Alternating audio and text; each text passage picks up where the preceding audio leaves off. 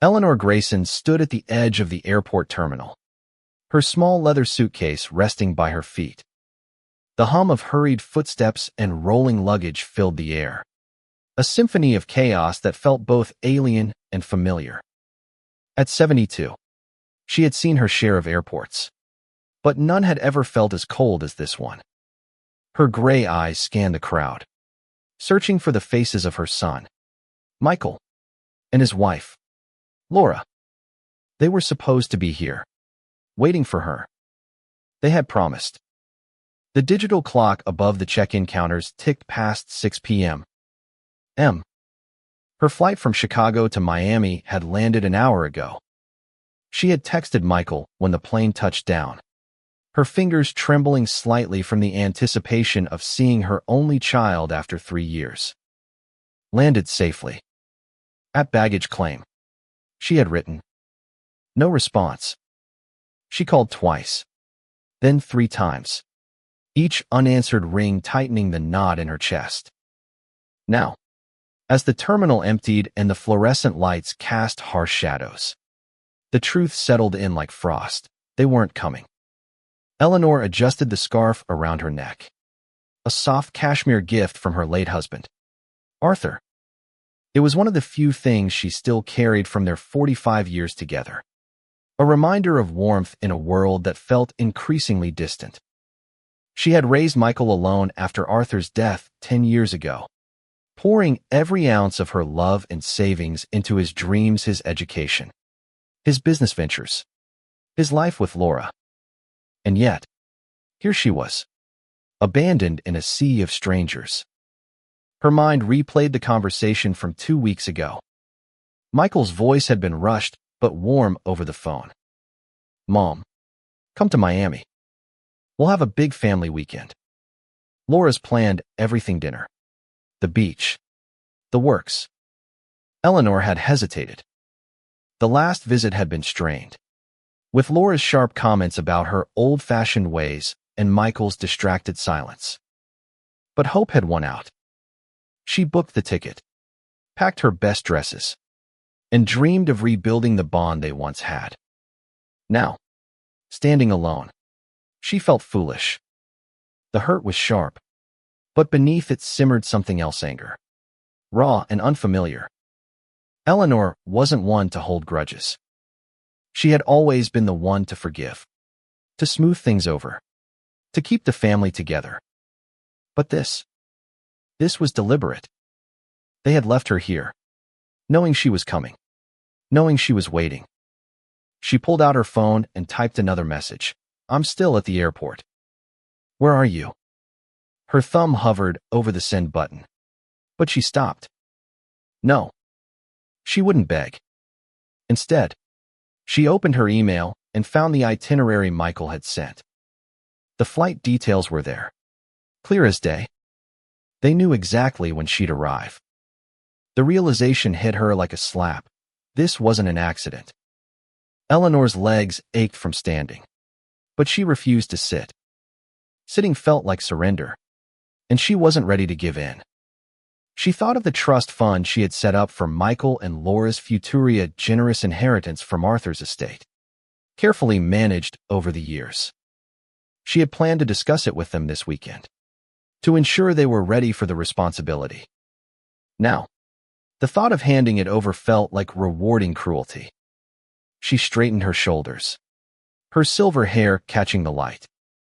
The airport was quieter now, the last stragglers heading toward the exits. A young couple passed by, laughing, their hands intertwined.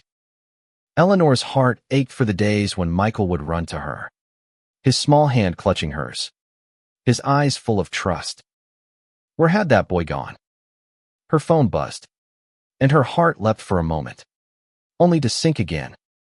It was a text from Laura. So sorry. Got caught up with work. Can you take a cab? We'll see you at the house. The words were cold, perfunctory, like an afterthought. No apology for the hours she'd spent waiting.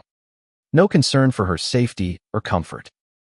Eleanor's grip tightened on her phone, her knuckles widening. She could take a cab. She could show up at their door. Smile politely, and pretend this hadn't happened. But something inside her snapped. She had spent her life putting others first: Arthur, Michael, even Laura. She had given up her dreams of traveling the world, of writing the novel she'd always wanted to, all to be the mother and wife they needed. And this was her reward. Eleanor walked toward the ticket counter, her steps steady despite the ache in her knees. The young agent behind the counter smiled, her name tag reading Sophia. "Can I help you, ma'am?" she asked, her voice kind but professional.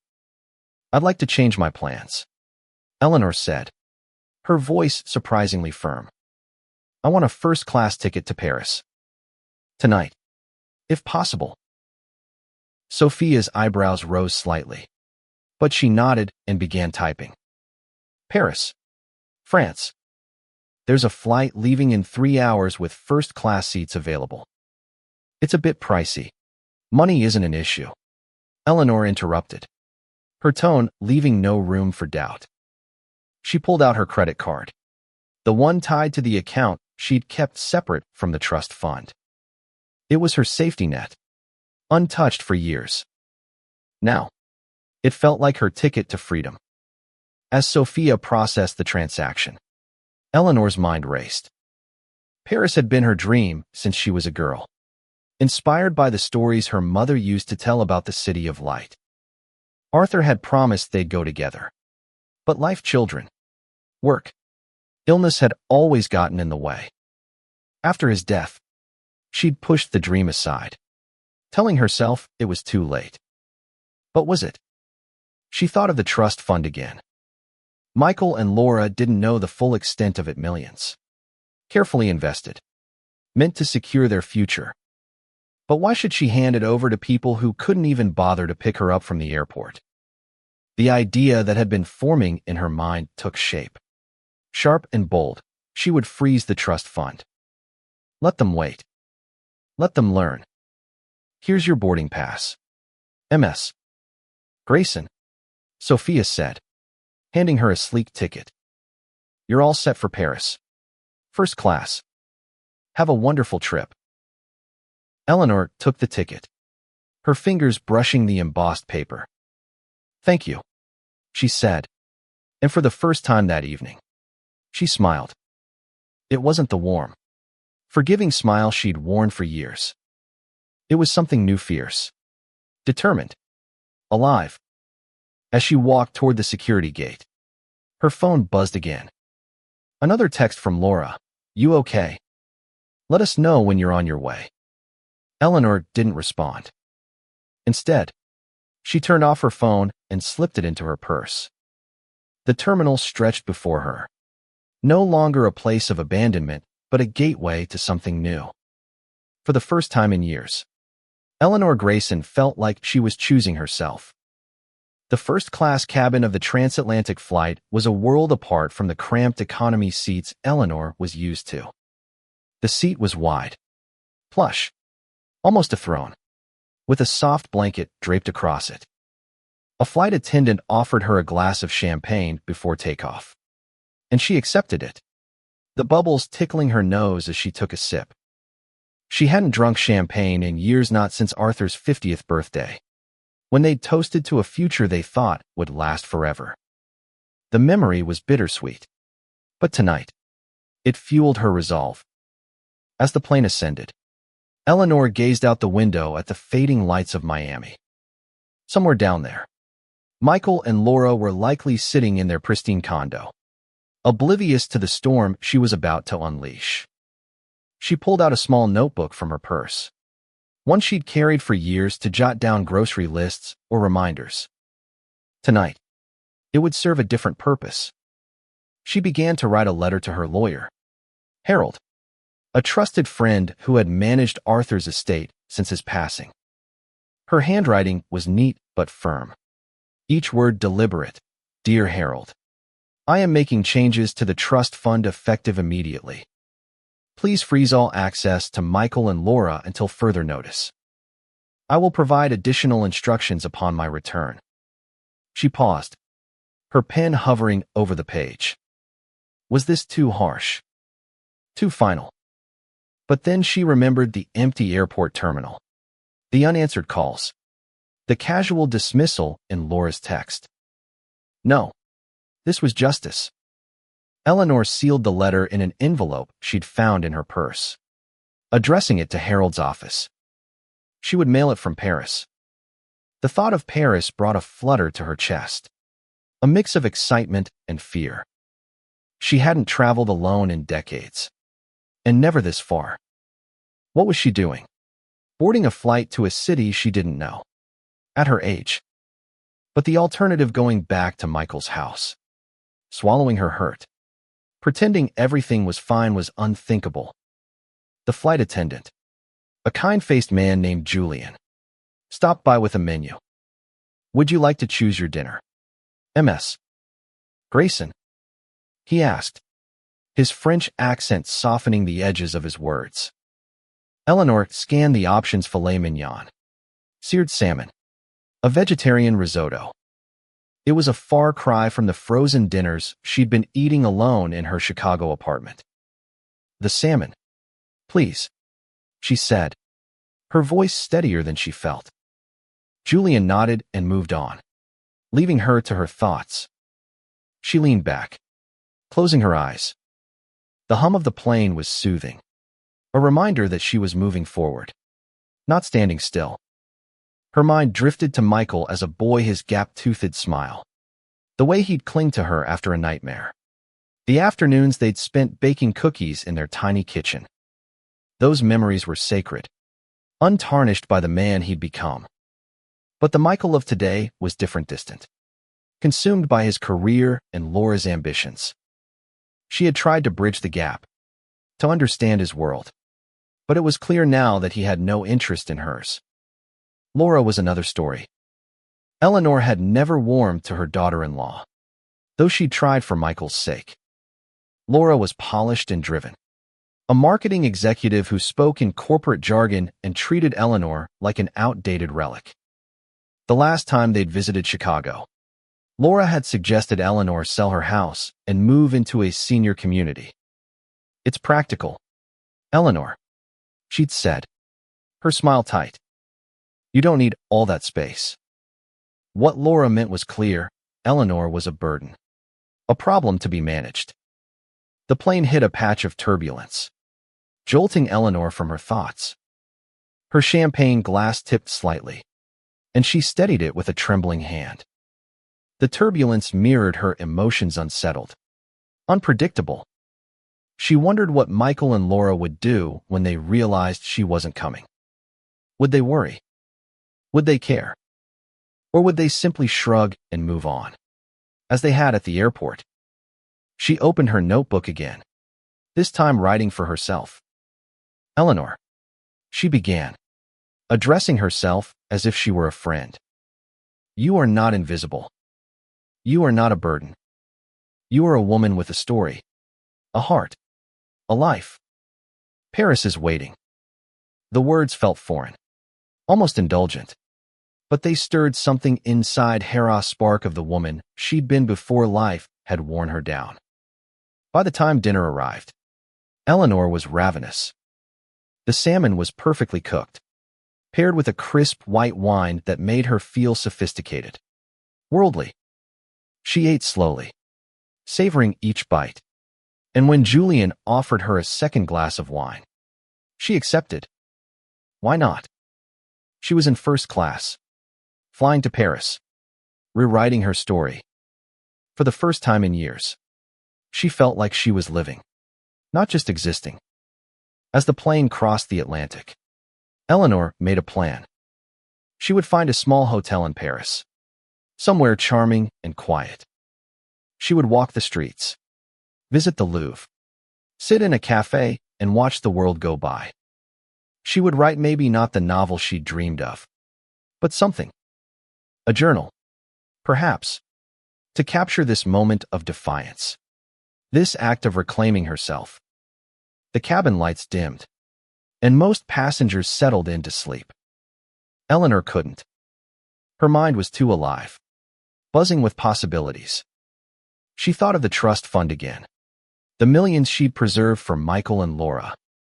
Freezing it wasn't enough. She decided. She would redirect it perhaps to a charity, or to fund scholarships for young women like the ones she'd taught in her years as a schoolteacher. The thought brought a smile to her lips. It wasn't revenge. It was purpose. As the plane began its descent into Paris, Eleanor felt a shift inside her. The hurt was still there, a dull ache in her chest, but it was no longer the loudest thing. Hope was louder. Determination was louder. She was Eleanor Grayson, 72 years old, and she was just beginning. Paris greeted Eleanor with a dawn that painted the sky in shades of pink and gold. As she stepped out of Charles de Gaulle Airport, the air was crisp, carrying the faint scent of fresh bread and diesel. She clutched her suitcase, her heart racing with a mix of exhilaration and nerves. The city stretched before her, a labyrinth of history and promise. And for the first time in years, she felt like an explorer, not a castaway. She found a taxi and asked the driver, a wiry man with a gray mustache, to take her to a hotel in the Latin Quarter. She'd read about it in a travel magazine years ago. Cobblestone streets, bookstores, cafes where intellectuals once debated. The driver nodded, his English broken but kind. First time in Paris? He asked, glancing at her in the rearview mirror. Yes, Eleanor admitted, her voice soft but firm. But not the last. The Hotel des Arts was a charming, narrow building with ivy climbing its walls. The receptionist, a young woman with a warm smile, welcomed her in accented English and handed her a key to a room on the top floor. The room was small but cozy, with a wrought iron balcony overlooking a bustling street. Eleanor stood by the open window, letting the sounds of Paris laughter, clinking glasses, the hum of scooters wash over her. She was here. She had done it. She mailed the letter to Harold from a postbox near the hotel, the act feeling final, like sealing a chapter of her life. Then she set out to explore. Her knees protested as she navigated the uneven cobblestones, but she ignored the ache. She wandered into a bookstore, its shelves crammed with novels in French and English. She bought a copy of A Movable Feast, Hemingway's love letter to Paris, and tucked it under her arm. It felt like a promise to herself. At a cafe called Le Petit Coin, she ordered a croissant and a café au lait. The waiter, a young man with a quick smile, called her Madam and treated her with a respect she hadn't felt in years. She sat outside, watching Parisians pass by, elegant women in scarves, students with backpacks, an old man playing an accordion. She opened her notebook and began to write. Not a letter this time, but a story. Her story. She wrote about the airport, the betrayal, the decision to board the plane. She wrote about Arthur, how he'd made her laugh, how he believed in her dreams even when she didn't. She wrote about Michael, the boy he'd been and the man he'd become.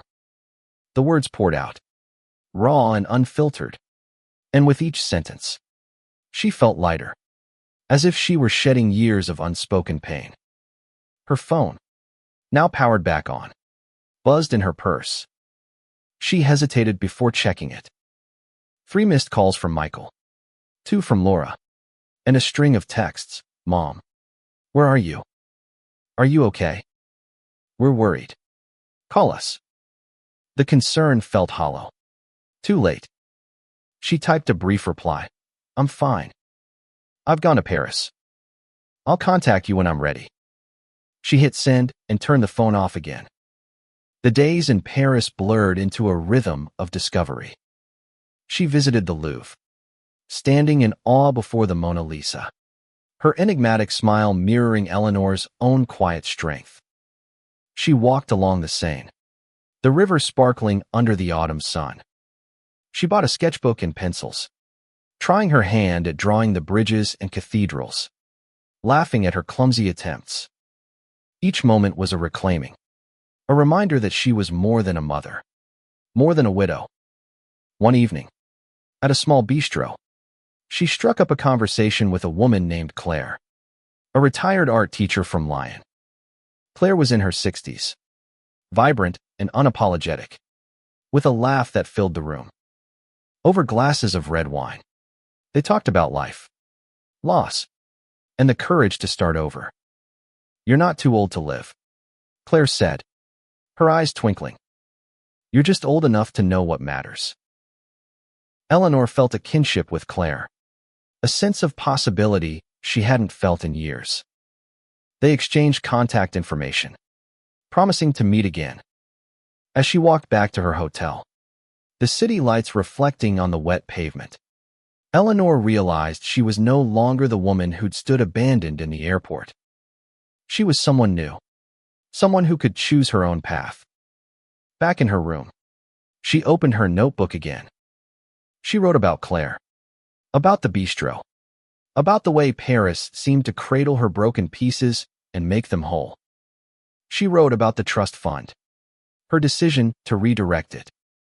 She imagined funding a program for women like Heralder, overlooked, but brimming with untold stories. The idea felt right, like a legacy Arthur would have been proud of.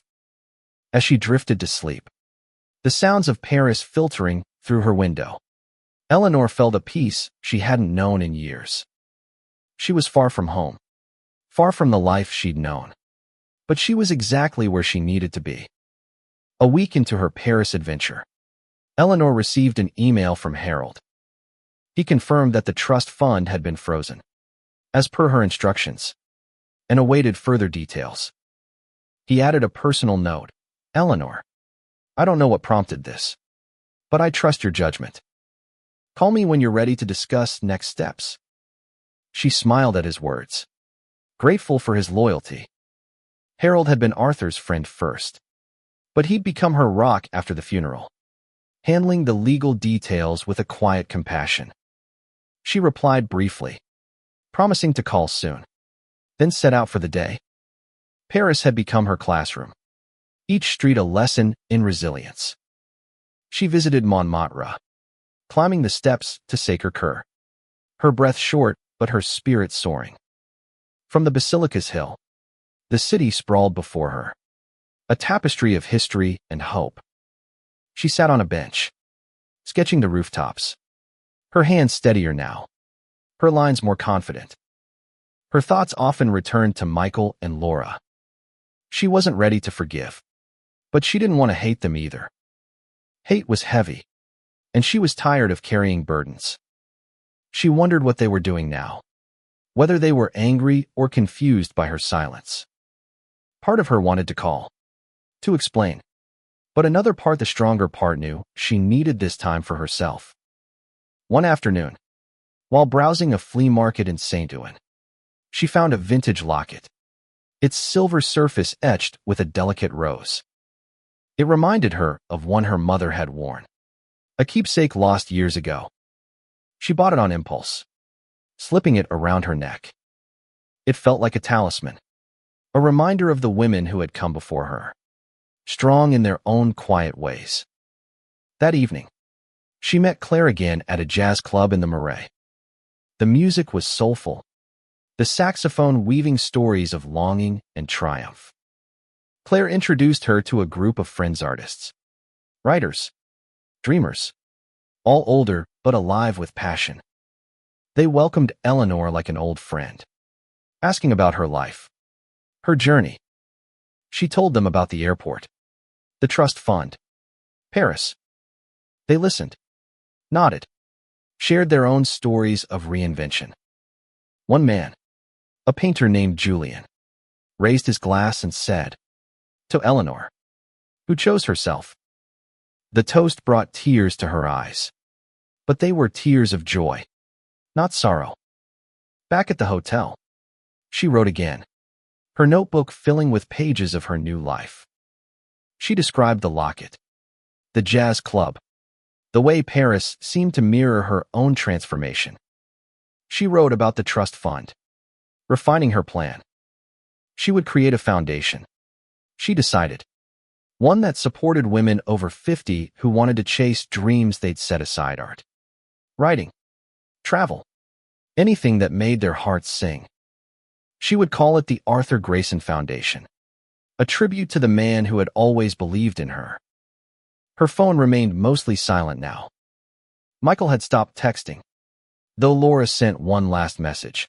"We didn't mean to upset you. Please come home." Eleanor read it, then set the phone aside.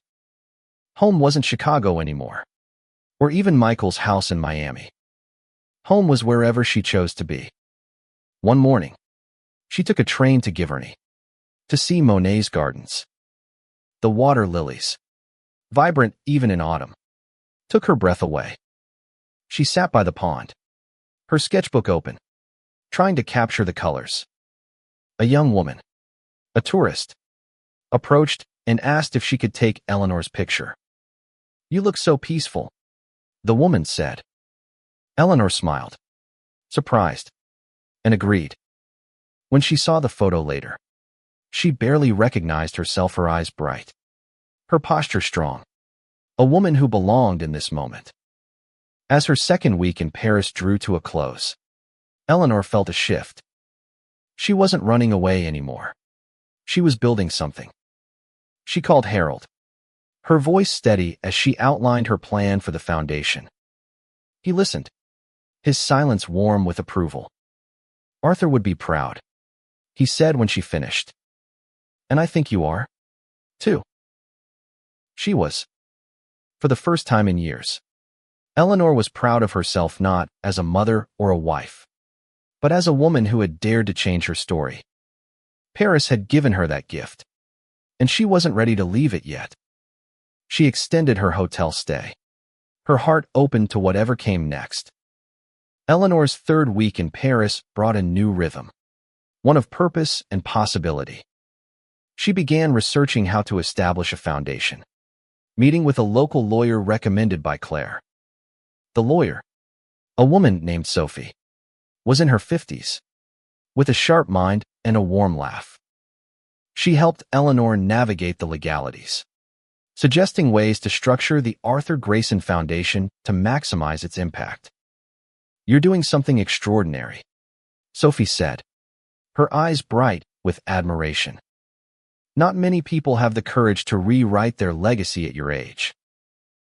The compliment settled into Eleanor's heart, warming her. She spent her mornings in cafes, drafting proposals and sketching ideas for the foundation. She wanted it to be more than a charity; it would be a movement, a celebration of women who refused to fade into the background. She imagined workshops, grants, retreats where women could rediscover their dreams. The trust fund, once meant for Michael and Laura's comfort, would now spark change for countless others. Her afternoons were for Paris. She visited Notre Dame, its restoration nearly complete, and marveled at the resilience of a city that rebuilt after fire. She wandered through the Tuileries garden, the leaves crunching under her feet, and sat by the fountain, watching children sail toy boats. Each moment felt like a gift, a reminder that life was still hers to live. One evening, Claire invited her to an art gallery opening.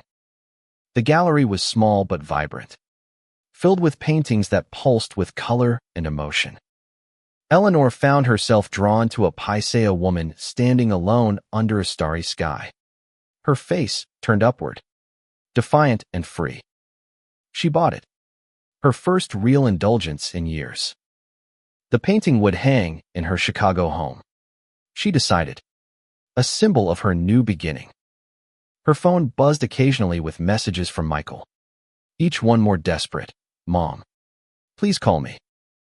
We're sorry. We didn't mean to hurt you." She read them but didn't respond. She wasn't ready to bridge that gap. Not yet. The hurt was still there, a bruise that hadn't fully healed. But she didn't want to punish them forever. She just needed them to understand or see her, really see her, as more than an obligation. One night, unable to sleep, she wrote a letter to Michael. not to send, but to understand her own heart. "Dear Michael," she began, "I love you, but I can't be invisible anymore. You left me at the airport, and it broke something in me. But it also set me free. I'm building something new, something that matters. I hope one day you'll understand." She tucked the letter into her notebook. A weight lifted. The next day, she met Claire and her friends for lunch at a brasserie overlooking the Seine. They toasted to her foundation, their glasses clinking in the autumn light. Julien, the painter, offered to design a logo, and Claire promised to connect her with artists who could lead workshops. Their support felt like family, not the one she'd lost, but one she'd found. As her time in Paris neared its end, Eleanor felt a pang of sadness. She wasn't ready to leave, but she knew she couldn't stay forever. Chicago was waiting, and with it, the work of launching her foundation. She booked a first-class ticket home, a final act of defiance against the woman who had once settled for less. On her last day, she visited the Eiffel Tower at dusk. The city glowed below, a constellation of lights. She stood there, the locket around her neck catching the fading sun, and made a promise to herself she would return. Paris had taught her that it was never too late to live, to love, to matter. As she boarded the plane home, her heart was full not with anger, but with purpose. She had frozen the trust fund, not out of spite, but to reclaim her power. She had flown first class, not for luxury, but for dignity. And she had found Paris, not as an escape, but as a home for her soul. Eleanor's return to Chicago was quieter than her departure, but no less transformative.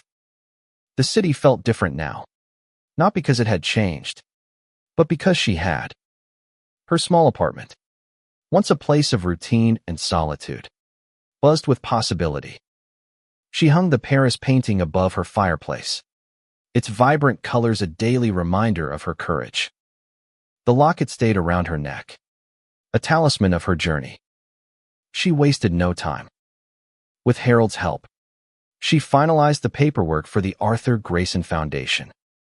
She hired a small team, including a young woman named Maya, a nonprofit specialist with a passion for women's empowerment. Together, they crafted a mission statement to uplift women over 50, giving them the resources and community to pursue their dreams. The trust fund, once frozen, was now redirected, its millions fueling grants, workshops, and scholarships. The first program launched 3 months Laterra retreat for 20 women, held in a countryside estate outside Chicago. Eleanor spoke at the opening, her voice steady as she shared her story. The women, ranging from 50 to 75, listened with tears and nods, their own stories echoing hers. They painted, wrote, laughed, and dreamed, each one reclaiming a piece of herself. Eleanor watched them, her heart swelling. This was her legacy. Michael reached out again, this time with a letter. It arrived on a snowy February morning, handwritten, a rarity for him. "Mom," it began, "I'm sorry. I didn't realize how much we hurt you. Laura and I were wrong. We want to make this right. Can we talk?"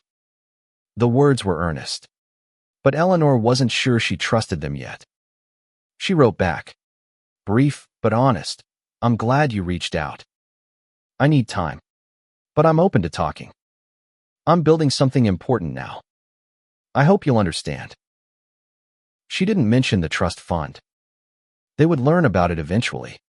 But for now, it was hers to wield, a tool for good rather than a reward for indifference. Laura sent a separate email, apologizing stiffly, but Eleanor sensed little sincerity. She let it go. Her energy was better spent elsewhere. The foundation grew, its programs expanding to other cities. Eleanor traveled when she could, speaking at events, meeting women whose lives were changing because of her vision. She returned to Paris the following spring, this time with Claire and a group of foundation participants. They stayed in the Latin Quarter, laughed in cafes, and painted by the Seine. Eleanor felt Arthur's presence in those moments, his love woven into her work. Her relationship with Michael remained strained, but they began to talk. He visited Chicago, alone, and they sat in her apartment, the painting glowing in the background. He apologized again, tears in his eyes, and she listened. "I didn't see you, Mom," he said. "Not really. I'm trying to now." It wasn't perfect, but it was a start. Eleanor never returned to the woman she'd been at the airport. That woman had been left behind, replaced by someone stronger, older, alive. She wrote every day, her notebook now a collection of stories hers. The women she'd met, the dreams they were chasing. She sent a copy to Claire, who called it a masterpiece of the heart. On her 73rd birthday, Eleanor boarded another first-class flight, this time to Rome. The foundation was thriving. Her heart was full, and the world was waiting. She had been abandoned once, but she had found herself 1,000 times over. And that, she knew, was the greatest inheritance of all.